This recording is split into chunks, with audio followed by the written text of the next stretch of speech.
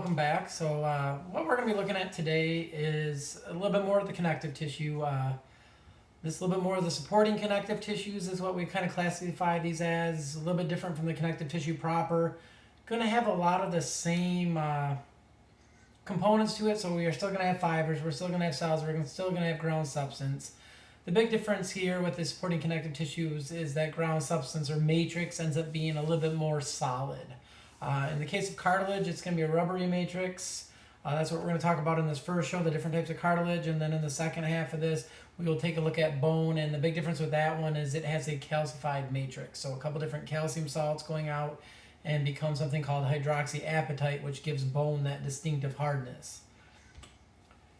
So again, cartilage, we're going to take a look at that first. So kind of working through how we're going to talk through these different lectures here. We're going to look at cartilage, kind of what it does, what is kind of unique about it, the different types of it, how we go about making it, and then we will take a look at bone in the second one here.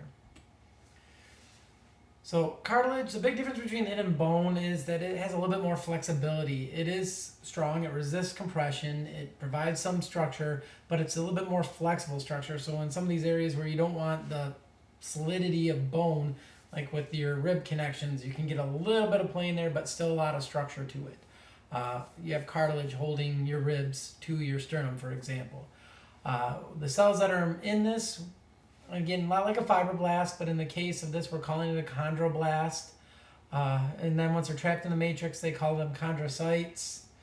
We're going to see this is a lot of different places. We see it on the ends of articulating bones. That's going to be one particular type. We see it as the intervertebral disc, your ears, the tip of your nose. These are all things that are made of cartilage. Your connections of your sternum and your ribs, this is going to be a cartilage connection as well. The other thing that we see with cartilage is a particular type ends up being the basic building block of your skeleton, and it's actually converting that cartilage to bone, called endochondral ossification, is how we get a lot of the bones of the skeleton. So on top of being this other stuff, it does serve as the template for the actual skeleton development. So cartilage, one of the things about this is, and when we look at it, you'll see that there is not a good blood supply to it. Cartilage is avascular. We're going to have blood supply to the areas around this, but not much in the way of any type of blood vessel going into this cartilage. Because of this, it is not very metabolically active. Bone has really good blood supply. It is metabolically active. Bone has a very good blood supply going into it. Cartilage does not. What that means is if you were to break a bone, you can heal a bone really well, where cartilage damage is really either very, very slow to heal, or in some cases will not heal very well at all. When like the meniscus on your knee, it really doesn't heal too much. The inflammation goes down, but you're not going to have something that was torn go back together, like you might see where the bone, where it's broken, and it will knit back together and form a solid bone again. We won't see that with cartilage. So cartilage cells, we're going to see that there's two main types when we're talking about this. You have what are called chondroblasts. Those are much like fibroblasts. When they're going to be making the fibers, which are going to be a lot of collagen fibers in this, as well as some of the aminoglycans that are going to make up that matrix. When they're in an area like this where they're not completely surrounded by the cartilaginous matrix like this one is, we call these chondroblasts. These are cells that differentiate from stem cells, and they're going to sooner or later become chondrocytes once they become completely trapped, like these ones further down here in this matrix. The chondrocytes, like I said, they're in a space called a lacunae, and they are producing some of that extracellular matrix, but when they're completely surrounded by this rubbery matrix, we refer to them as chondrocytes. They're doing a lot more maintenance at this point, no longer helping to grow that cartilage. The matrix of cartilage, that extracellular matrix, has a lot of glycosaminoglycans and proteoglycans. Makes it act like more of a gel. So it's a lot more of that rubbery, and then we're going to see that at least with a lot of these ones, you're going to have a lot of collagen fibers, and in certain types of cartilage, a little bit more in the way of elastic fibers. And like it says down at the bottom, these are good choices. It makes this extracellular matrix nice and firm so it can resist compression, resist forces put onto it. and also can provide some structure. So it gives you that flexibility, that ability to kind of deal with these stresses, but without being a fully hardened type of matrix. We're going to see on a lot of these, you're going to have a dense irregular connective tissue membrane surrounding it. This is called the perichondrium. If you kind of look at the roots of that word, peri means around, chondro is cartilage, so perichondrium is around the cartilage. We're going to see two of the three types we're going to talk about. Elastic cartilage and hyaline cartilage are going to have a perichondrium that surrounds it. Again, this is dense irregular connective tissue made of fibroblasts. Is going to have some of these blood vessels that are going to supply some nutrients to this cartilage, but again, either of these ones, hyaline or elastic, still not particularly metabolically active and still do not heal well, even though they have blood supply coming close. So like I said, cartilage itself is avascular. It has no blood vessels or nerves in its matrix. Bone, on the other hand, has openings within it. It's going to have nerves in it. It's going to have blood vessels. What this means is the nutrients have to diffuse in through that rubbery matrix, which means it's not going to be particularly quick, and therefore these cells are not particularly active. Low metabolic activity, low healing, growth of this, not particularly great. So again, once it's more formed, cartilage is not particularly metabolically active and is not going to heal well. Like I said, those glycosaminoglycans are those polysaccharides that help make up this. It absorbs a lot of water and gives this a nice little kind of sponginess to resist compression. And really, that's the big thing with this matrix, is having this in here allows this to be a nice protective and kind of stable type of protective mechanism for a lot of these things. So like I said, on the rib cage here, provides some flexibility, but is nice and strong in that it's difficult for anything to really push through that. So we're going to see, depending on what we're looking at in terms of the different types of cartilage, is going to change a little bit what types of fibers we have in there. So hyaline cartilage, it is mainly that type 2 collagen. Elastic cartilage is going to be that type 2 collagen fibers with elastic fibers, which we don't see in the hyaline cartilage. And then with fibrocartilage, we have the type 1 collagen fibers. And if we remember from the other shows there, those are the ones that resist compression a little bit more. And we're going to see fibrocartilage is definitely in areas where there's compression resistance. So things like the meniscus in your knee, your intervertebral discs is where some of the spots we see this fibrocartilage.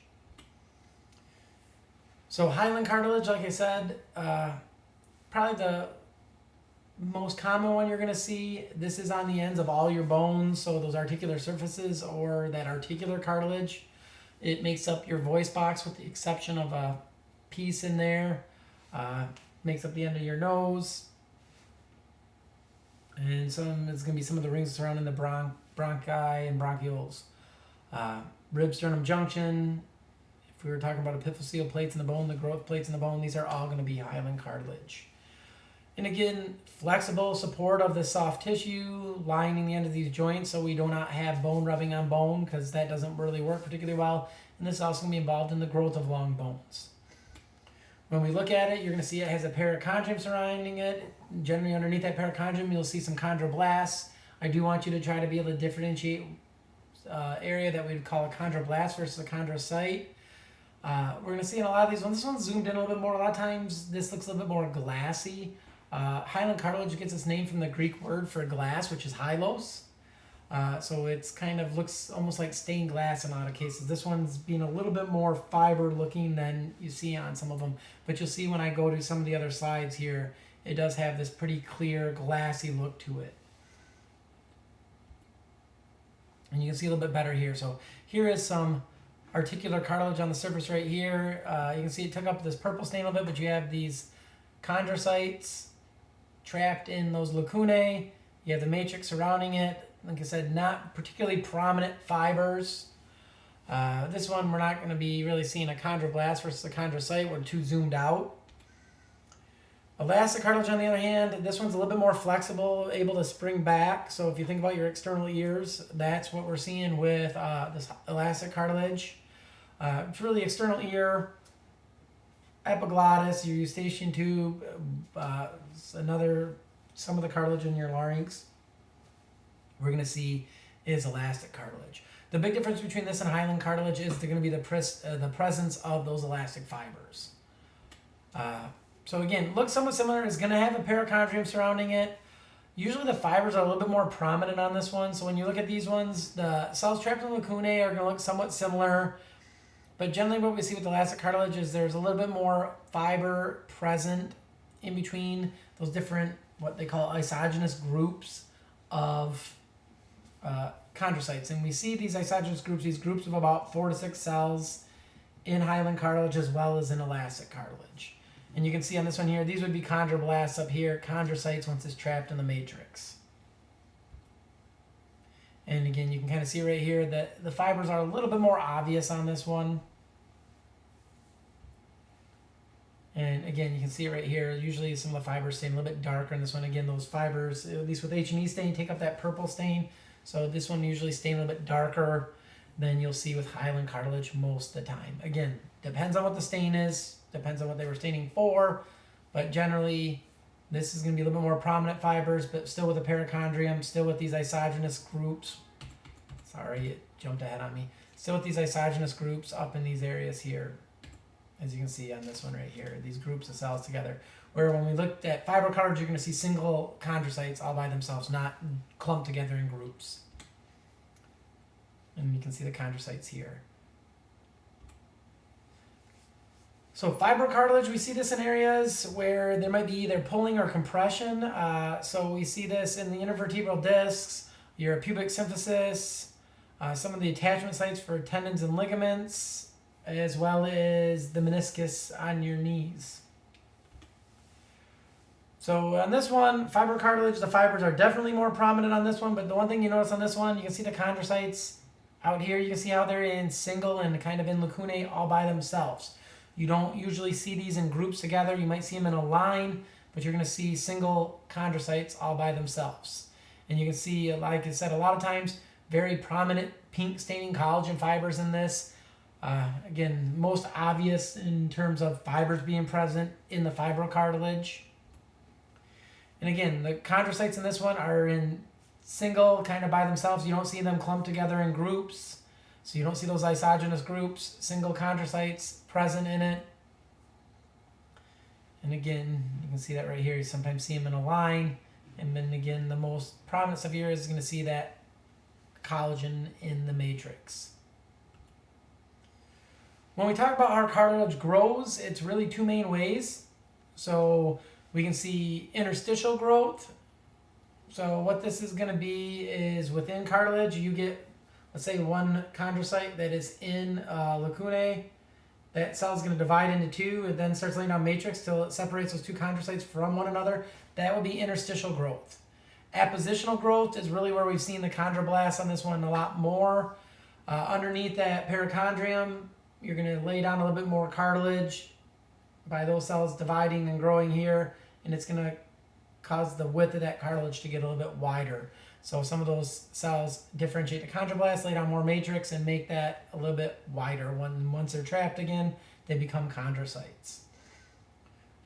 So what we're going to do now is we're going to take a look at some of these slides. We'll go and look at all three of these ones, and we'll point out a few things here, and then we'll move on to bone. First thing we're going to look at here is the hyaline cartilage. It was one of the first ones I went to. So if you're looking right here, I went down to the trachea and am looking at, within the trachea, you have these cartilaginous rings that help keep the trachea open. So when you inhale and exhale, that is not collapsing at all. If we look at this one here, and we can see this stained with a couple different colors if we want to, but this right here where I'm pointing right now, that is that hyaline cartilage. You can see the dense irregular connective tissue on each side here and over here. That would be the perichondrium. These are those chondrocytes trapped in lacunae. If we try to zoom in a little bit more, you can see those a little bit better. So again, the chondrocytes trapped in the lacunae. If we're going to the surface here, you can see these would probably be considered chondroblasts, where they haven't completely filled in and become trapped in the matrix like these have. So where you see two nuclei here, those would both be chondroblasts. Like I said, perichondrium are on the outside here. You can see not particularly prominent fibers that we're seeing at all in this. As we look here, We can go and take a look at this one stained with a slightly different stain. But we can go and take a look at it real quick. Again, perichondrium on each side. This is a different stain now, a lot deeper purple on this one. But again, you can see the chondrocytes trapped in here. If we were to go and look at the edges here, you can see these would be considered chondroblasts versus a chondrocyte in here. So that is hyaline cartilage. The next one I want to go and look at here is going to be the elastic cartilage. So we're going to zoom in on this just a hair here. Here's a good example of the elastic cartilage right here. This would be part of the epiglottis. Again, perichondrium, perichondrium. You can see the chondrocytes again in these groups together. It's not jumping out at you here, but the fiber is a little bit more prominent in that matrix. Again, chondroblast versus a chondrocyte. This is one example of it here. I would say you could look at this one as well. It's stained a little bit dark though. But you can take a look at it again here. This one you can see the perichondrium really well on each side. But the actual thickness of this is probably a bit thicker. It's stained a little bit dark, so the actual fibers in here are a little bit too dark to see. But these are both examples of elastic cartilage. So really the last one I want to show you here is going to be fibrocartilage on the pubic symphysis. So we're going to zoom in on that a little bit. The best area was right down here. So if we zoom in on this one a bit more, this one you can see the chondrocytes are not in those same type of groups. They're kind of singled out. The other thing, if I'll zoom back out in a second, there is not a perichondrium on this, but you can see chondrocytes kind of on their own or in a little bit of a line, but you don't see those groups of 5 or 6 together. The other thing is we see some very prominent collagen fibers traveling through this. Again, if I zoom back out, the other thing you'll notice, it goes from cartilage right here where it's still growing cartilage, where that's why you see a bunch of cells here. This is where it's still kind of growing. But you see it converts over to this is actually bone over here. There is no perichondrium. There is not that connective tissue layer surrounding it. So those are the 3 different types of cartilage. What we'll do on the next show is we'll go and look at bone and look at spongy versus compact bone and some of the structures you need to know on that one. So I will see you next time.